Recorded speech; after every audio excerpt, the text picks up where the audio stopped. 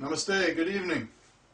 How I became a Hindu, or in my case, a Krishna Bhakta, is something that many people ask, especially when I go to India. It's one of the common questions I get.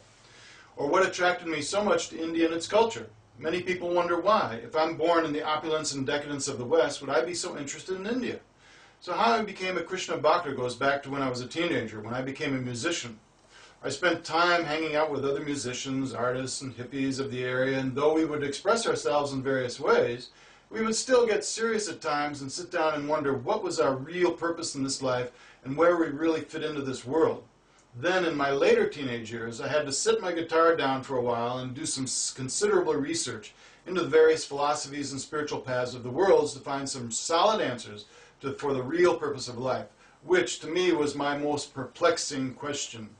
Having grown up as a Christian, of course, which was typical of most people in America, I decided to seriously look into it. I studied the Bible, not only in Sunday school and church, but privately. I read the Bible from cover to cover. It took me a year to do that, so I was fairly determined, but I did it.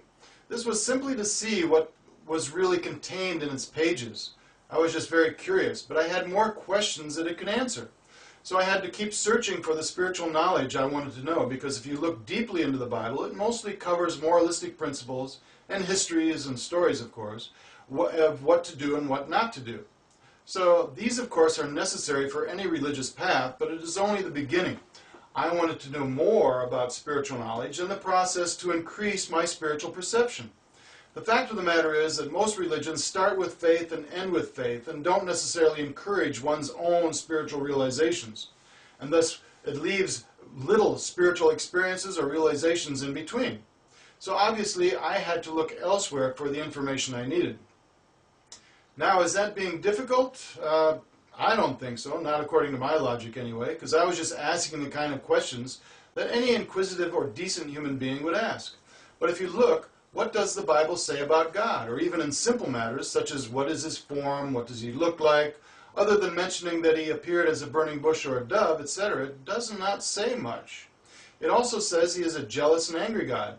But why would God be angry and jealous, and of who? He already owns everything, and everyone is under his control, so what is the problem? Or is it actually a matter of humanity merely projecting their own weaknesses on their conception of God, or placing their own demands into the instructions of God, or what they expect of others?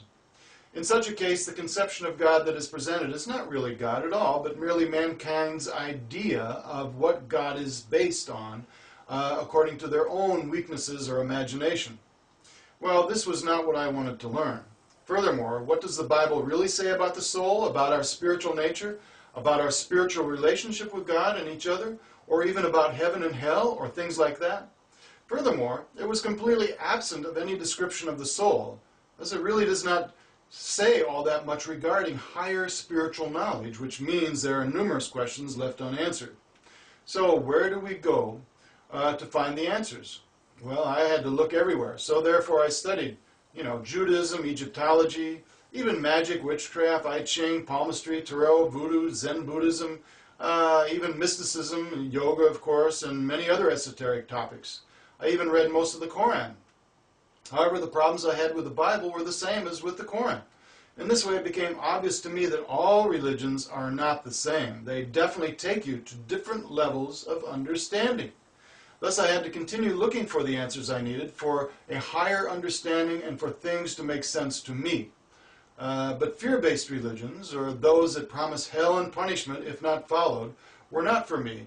I did not want the fear of going to hell as the main motivation for accepting a particular religion, or a dogma that everyone was supposed to accept in order to go to heaven, or to maintain an approved connection with an institution or church simply to keep from being excommunicated and thus, of course, going to eternal damnation, or so the story usually goes.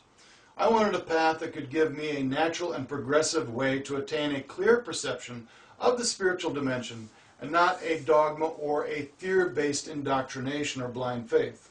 Thus, in all my research, I finally read the Bhagavad Gita, which was like the final piece of the puzzle that I had been putting together from all of my philosophical and spiritual investigation. I could see that all of the spiritual paths were connected. They all evolved around the central point of getting closer and understanding God. but through the knowledge they offer, they can bring a person to different levels of consciousness, some higher, some lower. But the Bhagavad Gita gave me exactly what I needed, which was a big boost in spiritual understanding, and I knew I needed more of this kind of information. So I went on to read the Upanishads, Vedanta Sutras, Yoga Sutras, and other texts, including the Puranas. These all gave me profound insights into the purpose of life, and that I was a spiritual being and only a passing tourist on this planet as I moved forward, preparing for higher realms. So, as I studied the Eastern texts, it became clear that we all have a connection with God, regardless of what our religion is, or whether we have a connection with a religious institution or church or not. All we have to do is reawaken that relationship. And the Vedic system gives you many tools to choose from to help you do that, such as gurus and teachers, sacred texts, temples for worship and learning, systems of yoga, and processes of development. Nothing is forced on you. In the Vedic process, you can choose your own speed at which you advance, your own methods that work best for you, the level of understanding and the spiritual texts you want to use. You decide whatever lessons you need to learn in order to proceed in this life. And whatever advancement you make is never lost. It is always connected with the soul. It keeps you going from one level to the next.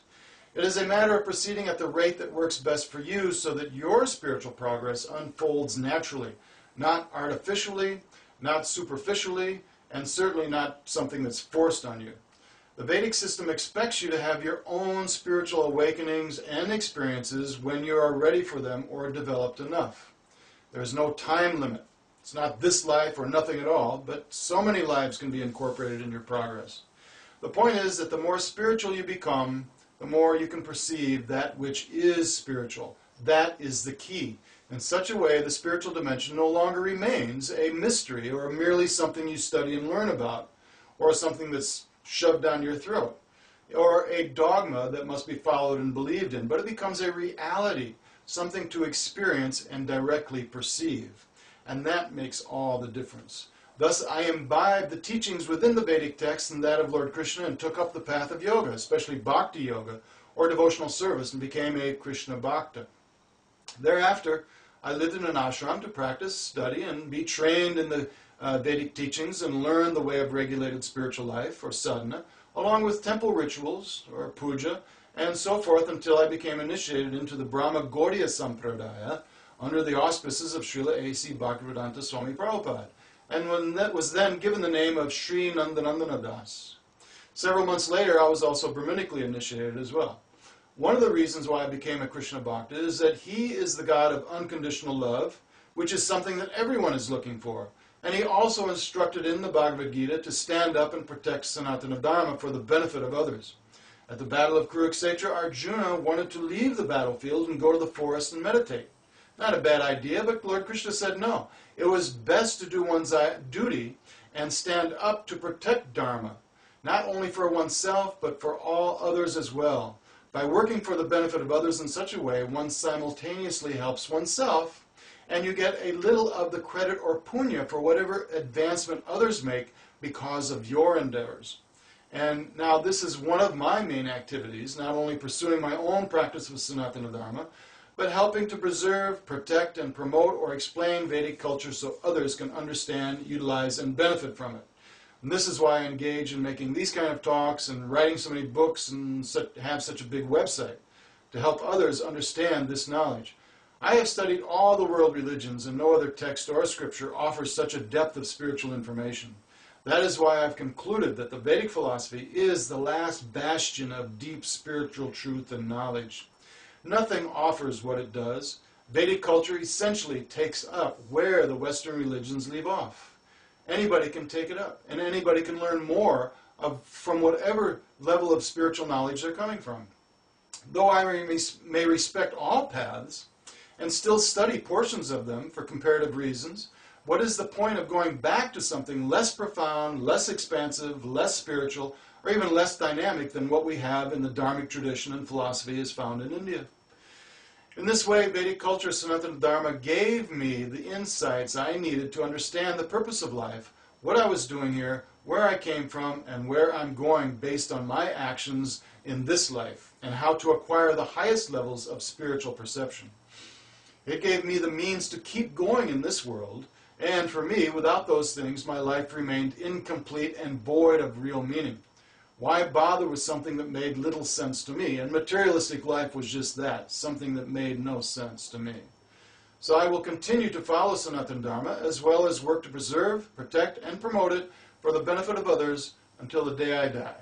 Obviously, what else is there? And I invite all others to join me on this great path. Kindly use this information, and I'm sure you'll get as much enlightenment out of it as I have. And for that reason, once again, I write the books and maintain my website and make these presentations for the benefit of others. Thank you very much, and good luck. Jai Shri Krishna. Namaste.